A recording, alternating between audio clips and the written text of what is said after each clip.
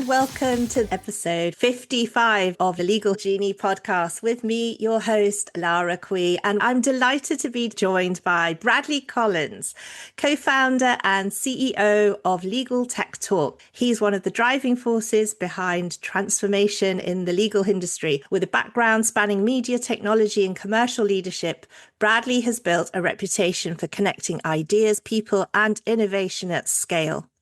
Before launching LegalTechTalk, he held senior roles across fast-growing businesses where he helped shape global communities around emerging technologies. Spotting a major gap in how the legal world was engaging with innovation, Bradley co-founded LegalTechTalk to bring together law firms, startups, investors, and technologists under one roof. In this episode, we're going to explore his journey, the evolution of LegalTechTalk, and what the future holds for one of the most traditional industries as it faces a wave of technological disruption. Thank you so much for being here today, Bradley. Hey, Lara. Thank you so much for having me. Nice to speak with you. It's great to see you. So tell me a bit about your family backgrounds, where you grew up, and what life was like for you as a young person. In at the deep end. My background. So I come from fairly humble beginnings. Most of my life spent with my single mom and youngest sister, who's 8 years younger than me. Grew up on a council estate, which was great fun. Had lots of other kids my age on the council estate I could hang out with out and about. But yeah, humble beginnings, I would say. So it's really quite amazing that you've entered this business world. So thinking about the people that you knew, were there any inspirational people that you looked up to and you imagined yourself as part of that world? I think when I was younger, because we didn't come from much and, didn't have much, just looking at, I guess, family members who had a seemingly nice house and a nice car and could go on holidays was inspirational enough for me as a young kid. And when I got a little bit older, I started playing tennis, and my tennis coach was an inspirational figure and sort of looked after me and helped me grow. And he funded my tennis coaching and things like that. So yeah, I think just looking up to these kind of people was enough for me, but was also always very motivated, seeing children, friends in the classroom that could go on school trips, and I wasn't able to do things like that. So not having much, I think, is a big motivator when you're young. So it sounds like you've got quite a talent for tennis then. Did you ever have ambitions to be a professional player? I did. I started quite late. I was about 13 when I started playing. So at that point, there was already insanely good talent that I've been playing from a much younger age. And I'm not the tallest, but I quite quickly went into coaching. I was much better at doubles than I was singles. So it's always kind of like that team aspect, and was captain of the team, making sure people showed up on time, were motivated. So I think it was great grounding for me in terms of becoming a leader in business and life later down the line. But yeah, of course, I would love to have been a professional tennis player, but not quite good enough. So tell me about your early career and how you started off in the world of work. My first job was a paper round when I was about 12 or 13. I needed to pay my phone bill so I could text people. I was a receptionist in a gym. I became a tennis coach at a young age, and that was for several years. And I did a lot of jobs alongside being a tennis coach. I was a lifeguard. I worked in a bar. I worked in a pub, which was horrible, cleaning ashtrays for my friends who were smoking in the pub garden, drinking in the sun. I didn't enjoy that very much. I was a labourer on a building site. So I did many jobs. I think call center was an interesting one in terms of learning how to cold call people and convince people to take 10, 15-minute interviews was great grounding. So I did a lot of different jobs actually when I was young, and simultaneously doing jobs at the same time. My first career job was in advertising, selling adverts in a magazine in a B2B information business, Central Media. It's the same group that did own The Lawyer, which your audience might be familiar with. So that's where I sort of got my grounding in the media, event, advertising world. We did big award shows, we did events ourselves. And so yeah, that was my starting point. So that must have been your first taste of the legal industry. And you would have noticed, therefore, how lawyers love award ceremonies and they love certificates and they love accolades. Yeah. But tell me about your foray into the insurance world and conferences and what led to LegalTechTalk itself. I was at Central Media. It was actually on the marketing portfolio I worked on. So we launched a show called the Festival of Marketing. It became the biggest event in the UK at the time. I did a bit of backpacking and traveling after that, and came back into a bigger event and media group called Essential, which was formerly EMAP, which runs the biggest fintech show in the world, 2020, runs the biggest advertising show in the world, Cannes Lion. That group's now been bought by Informa recently, but I got to see this huge behemoth event. People like Snoop Dogg performed one year at Money 2020 after party in Vegas, and people like Mark Zuckerberg and Sheryl Sandberg, and speaking at Cannes Lion, Bono from U2. It's just, these are a whole nother level to anything that exists in the legal industry, for example. I was in that group for quite a few years, went to a early stage startup. I was headhunted at Insurtech Insights. They claimed to want to build the Money 2020 for insurance. That piqued my interest, being able to try and build something like that from the ground up. It was about a year in when I joined, and I was 29, and I was the senior one. I was the old one in the team. It was a bunch of young entrepreneurs. So that was great, having a big influence in building that, which became very quickly the biggest show in Europe, Asia, and the second biggest event in America. We navigated COVID and become a digital media business, getting thousands of people tuning into our webinars every week and engaging with our online content. So it felt like, I learned enough there and navigated enough challenging circumstances to think, all right, I can go out and do this myself now. Of course, it was important to find the right co-founder, which I did, who can sort of fill in all of my weaknesses and gaps. And the question was, what industry is slower than insurance to innovate? Because all of these sectors went through a huge transformation. Like if you look at the fintech space and investment in the startup and the sort of companies that were created like Klarna and Monzo and Revolut, and that industry went through a boom, maybe about 1,000 unicorns that exist in fintech today, when there were maybe 20 years ago. Similar sort of things started to happen in insurance. When we launched, there were a handful of unicorns in insurance, and today maybe around $300 billion insurtech companies and challenger insurers. So it's like, okay, what industry is going to do the same? What's next? And at the time, there were only 2 or 3 legal tech unicorns. So I thought, maybe legal's next. You're definitely right. I mean, the explosion of legal operations companies has been enormous. I think there are many frustrated lawyers who like to go into new things and become founders themselves where they see a solution. And I think it's full of very, very bright people. They're all incredibly intelligent and many very business minded, and they see all of these incredible businesses that they're working on the legal side. And I think some of them think, wow, I could be that founder. This is an opportunity. And so thinking about your very first conference back 2 years ago, 2024, is that right? Yeah. And the challenges of, coming from nowhere, literally a blank canvas, and then having to sign people up as speakers and as vendors and sponsors and all of that. What were the biggest challenges? Because as we know, lawyers are highly skeptical people and they're quite hard to convince. So how did you manage? Yeah, as I found out, I was quite naive to that because we did it. I say we, they did a year before me as a bunch of kids who are actually doing uni at the same time and managed to build this insurance event. And I came, I was winning awards in multiple big media companies. I was very confident in my ability and what I could do. I found the perfect co-founder in my previous company who is insane. I call him a Danish wizard. He's a machine. So like the combination of us two, I just felt like there's no way we can fail. But yeah, the legal industry being skeptical, it was an uphill battle. It was like running up a mountain or climbing up a mountain in the first year. Convincing speakers was tough. There were people in the industry that just thought we were nuts. Like, who are you guys? You're not in legal. There's no way you're going to succeed. And getting on calls with, senior people in law firms who went on our website and we had a big slogan, building the biggest legal event in the world or something. And they just spat out their coffee and just laughed at us. So we changed the slogan to be a little bit more humble in those early days. They 6 months later called us up and said, actually, that event looks pretty good. Can we be part of it? It's like, sorry, we're full now. We let them in, of course. But, that was tough. And getting the vendors in, none of them wanted to join unless they saw their competitors there. So it's just like, okay, it's like chicken and egg. Like both of the competitors are saying, if the other one comes, we will join.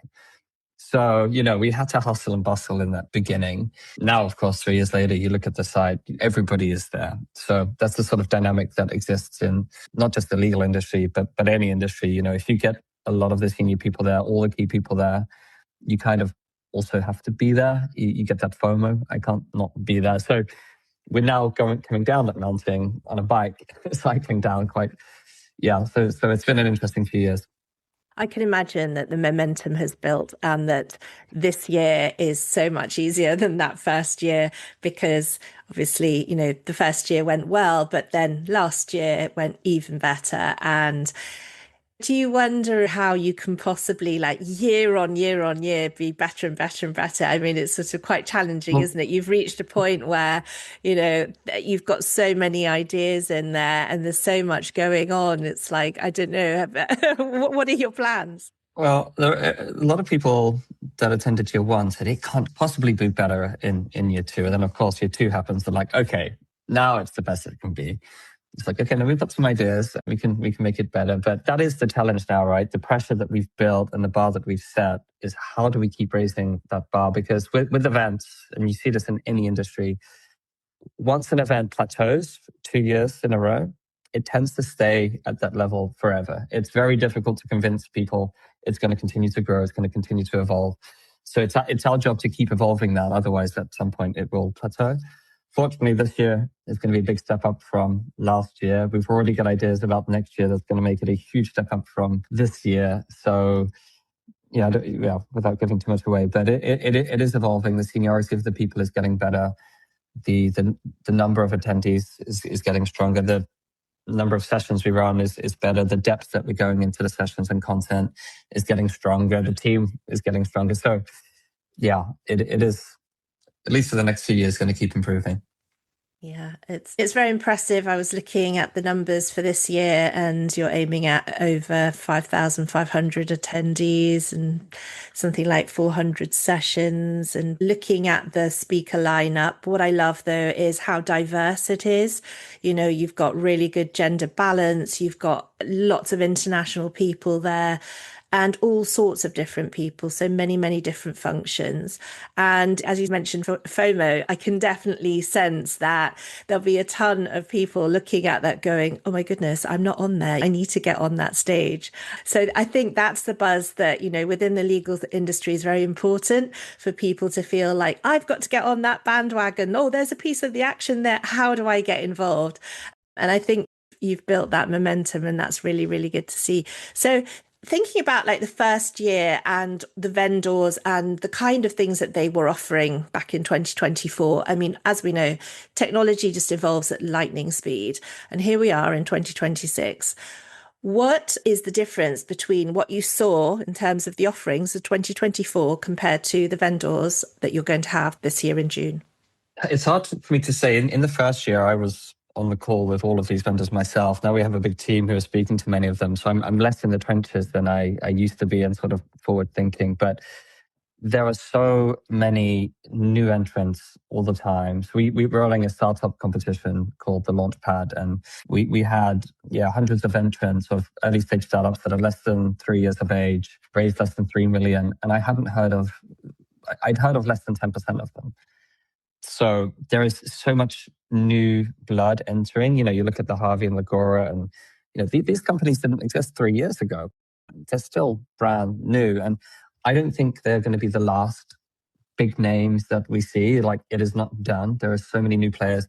I think there's a lot of sameness in companies that are trying to do the same or claim to be the same. I think the challenge that these vendors have is how do they really differentiate themselves? And I think actually the ones that may go on to be a little bit more successful will be the ones that solve very specific pain points and problems and become the best at what they do, rather than trying to be a generalist and do everything for everyone. It's like, what problem are you actually solving?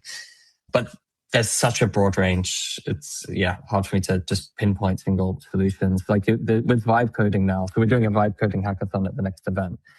And like lawyers who have a problem can come to the vibe coding area at our event and build a solution for the problem they have within 20 minutes. You don't need developers and coders anymore. It's just going to be built for you. So that's going to spark hopefully so much innovation in the sector, just like lawyers realizing that actually they can build a prototype for the problem that they face themselves. So it's an exciting time. It is exceedingly exciting. I mean, you talk about the vibe coding. This Claude code I've been playing with is just crazy. Do you worry, though, about the fact that junior lawyers are going to be replaced by AI? It's not really that they're going to be replaced. It's just that those mundane tasks are being replaced by AI. So we need to think more about how can we train young lawyers, because unfortunately, foundational skills are going to be the ones that are going to be missing, because what happens is you go in as a junior lawyer, you're doing a lot of proofreading, first drafts, all sorts of emails and things like that. But if AI is going to be doing that, you're not going to be learning through that way of, working. You're kind of going to have to go in there straight away in terms of commercial advice and relationships with the client, etc. So it's almost like a sort of a big piece is missing. And I'm wondering about how young lawyers are going to be able to become more entrepreneurial and more commercially minded from the get-go. Yeah. What do you think about that? You will know this because you've been in the legal space far longer than me. Do junior lawyers actually enjoy those first 2 years in business, doing horrible, mundane, repetitive tasks? Like, is that what they trained for? Yeah, I think, you know what? I did actually enjoy those things. Okay. But it was but that probably says a lot about me. But yeah, no, I mean, honestly, my training contract, my 2 years that I spent was the best part of my legal life. I Wow. actually enjoyed it the most. But I think that was because the low level responsibility, that real sort of one-to-one relationship that I had with the partner. In those days, I would literally sit in the office with that partner who would supervise me directly.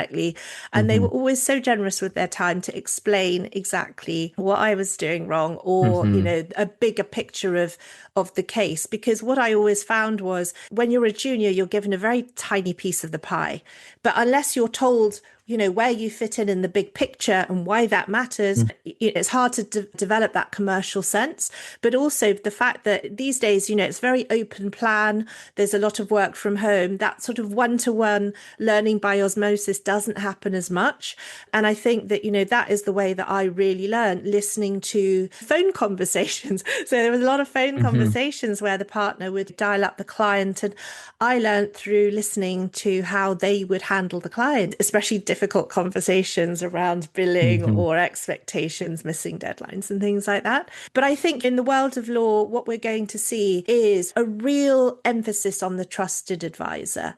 So lawyers are going to have to be even more commercial than they are, and even more skilled at relationships and project management, because they're going to be handling a whole team of people doing different things. So the legal ops people, the AI, young people managing the AI to produce outcomes. So it's going to be very outcome focused and, value add focused. So people are going to have to be really good at communication skills, really good on all of their soft skills. They're going to need to be out there a lot more. They're going to need to build their personal brand a lot more. It'd be much better for someone like me to become a lawyer. I could not have done the work that you did, no way. But, being able to integrate with AI, and maybe it would be a bit more fun for somebody like me to get into the space. But many, many years ago, I wasn't alive back then, but, when tractors were invented, farmers were like, oh my God, what does this mean? We're going to become redundant. But there are still farmers, and there's many new jobs now, like people providing the tires for the tractors and servicing, just new jobs, and the roles evolve to create an even stronger output. Now, like, farmers are much more efficient and people can get their crops quicker and it doesn't go off. So the output is better, and we're going to serve, the legal industry is going to be able to serve who the legal industry serves in a better way. And that's, I think, what we should be focusing on. 100%. Every new development is always seen as a threat initially, but that is how those entrepreneurs thrive, right? They don't see it as a threat, they see it as an opportunity. And there'll be lawyers sitting there right now looking at the AI and the possibilities and thinking about launching their own firms where they can use it to scale up. They're going to be able to do huge volumes of work.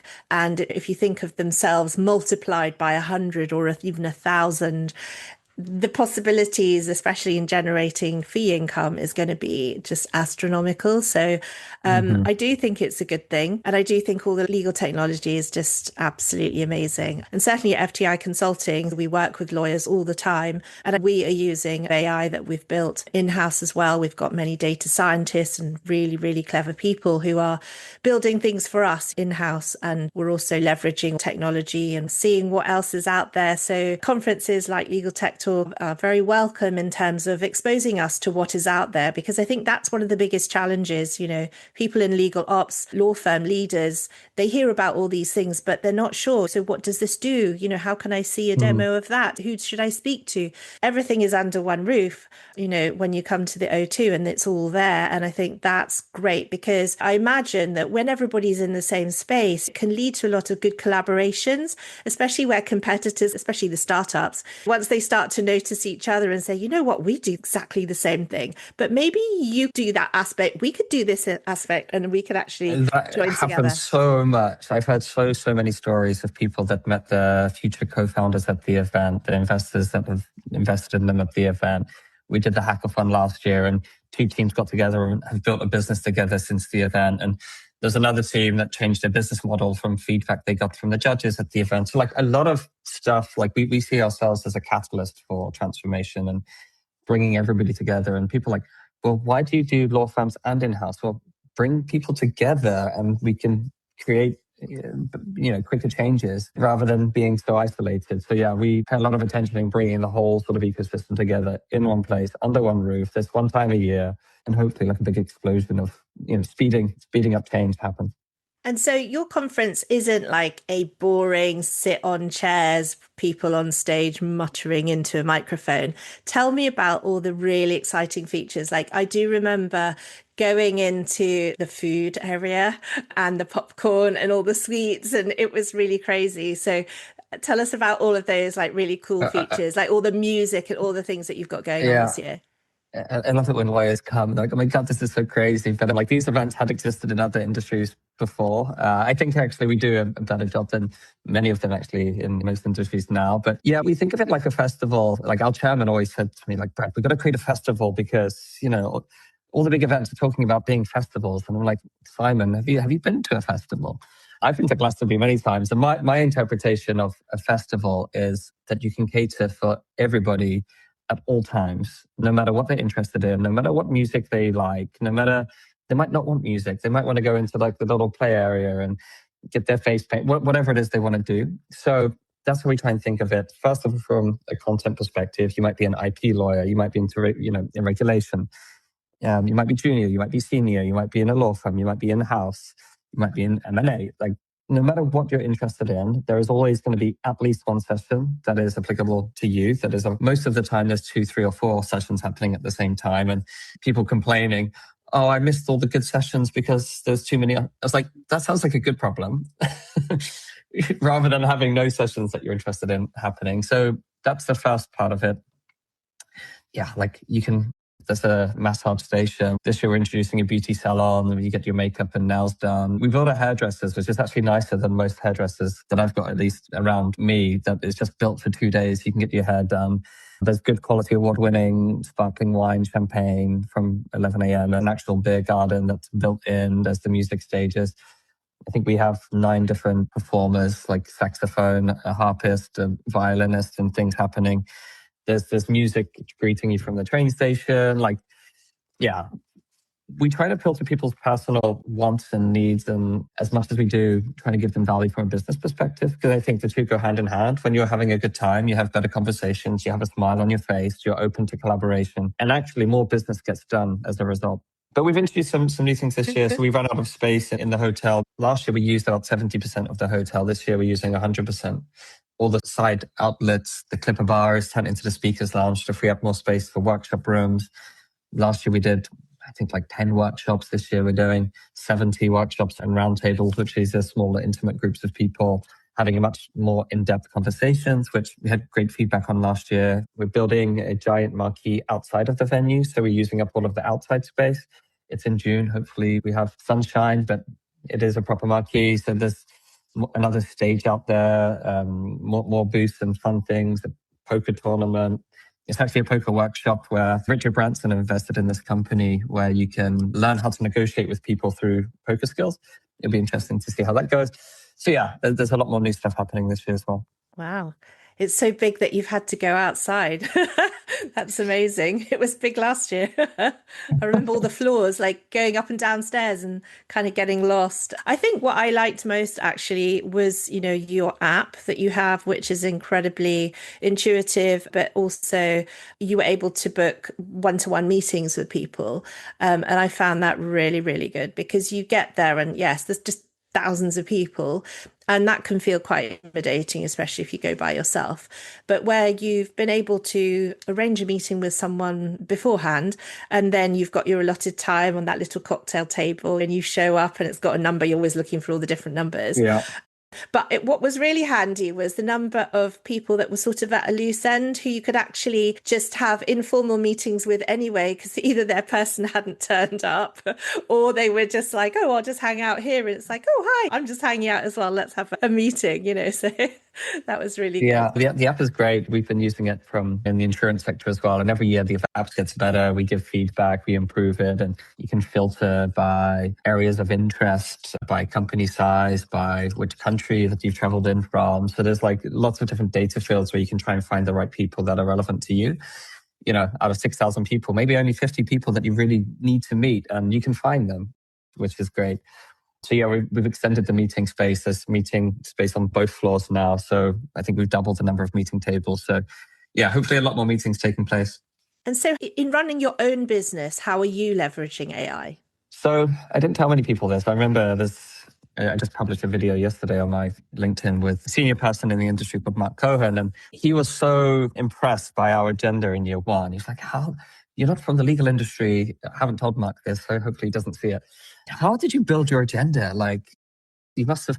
I said, I read lots of books. I've been speaking to lots of people. I just went into ChatGPT and said, I want to build the most comprehensive agenda of any legal event in the world that covers every single possible topic around the broad theme of transformation. It created me the whole agenda. And then I went in, obviously did some more prompting, and I said, okay, I want to make it a bit more provocative. Okay, I think there's missing stuff. What about intellectual property? Let's do stuff there. Anyway, that was the base of the first agenda, was built on AI within literally an hour. Normally that kind of thing takes 6 months to do. So thank you, AI. This is at the very beginning of AI, before people in law really knew about it. So nobody knew I could do this. But we use it for many things, like creating design of promo materials, shaping sessions, market research. When we're podcasting people, like you're doing with me right now, you can do deep research on someone and find out everything about them and their company in minutes without having to go scrolling through the web. So yeah, we use it, I don't know if it's at a basic level, but it helps us do a lot of things that we would otherwise spend lots of time on much quicker. Yeah, you mentioned Mark Cohen. I do know him from Legal Mosaic. I met him many years ago. He's a real futurist. Absolutely brilliant. He'll be pleased. Yeah, he's going to know my secret now. Yeah, I told him I just read some books and did some research. It's okay. Let's keep it a secret. Yeah. So what else do you want people to know about Legal Tech Talk and why they should come along? What else to know about Legal Tech Talk? I mean, we've got a simple mission, which is, it was initially to build the biggest event in Europe. It's now to build the biggest event in the world, not just in legal tech, but in legal. Next year, we're launching in America. We've booked out the most iconic venue in Miami, along Miami Beach, for a similar style of an event. We also want to become the biggest event in America as well, with a similar sort of energy and vibe to what we've created in Europe. So we have a big announcement coming about that in the summer. I don't know when this podcast is released, but maybe a few people that are listening in will find out about it before others. And yeah, it's not just about building the biggest event. We want to create a big impact. We want to be a catalyst for change. I think when change happens in an industry and transformation, innovation happens, the end consumer, the end clients win. Elderly people that couldn't walk to the shops now can get food delivered to them. Like, innovation, generally speaking, is good. Like, we shouldn't be so scared of it. There's 70% of people that don't get access to legal support when they need it. There's a huge unmet need in law. And I think by innovating, we can serve more clients. There's actually a huge opportunity for the legal industry to capitalize on that as well. It might be smaller legal spend amongst the 70%, but if you add it all up, it's huge. So there's a win-win here to be had. And yeah, we see our job in speeding this innovation up to do good for people in the industry and for the people that the industry serves. So yeah, that's what we want to do. And yeah, come along and be part of it. Sounds good. So how can people reach you if they want to have a chat with you and find out more? LinkedIn's pretty good for that. Just pop by, say hello. I respond to most messages other than those cold spam ones. But if you're from the industry, I will reply. And yeah, very happy to chat to everyone. Well, that's brilliant. I'm looking forward to it. It sounds like it's going to be even better than last year. And as you say, I think access to justice for all is really important. And what you're doing is going to be very helpful for that aim. So congratulations on what you've achieved so far. And I feel like this is really just the beginning. So this is a great Indeed. story, Bradley. And thank you for being on the Legal Genie. Thank you for having me. Cheers, Lara.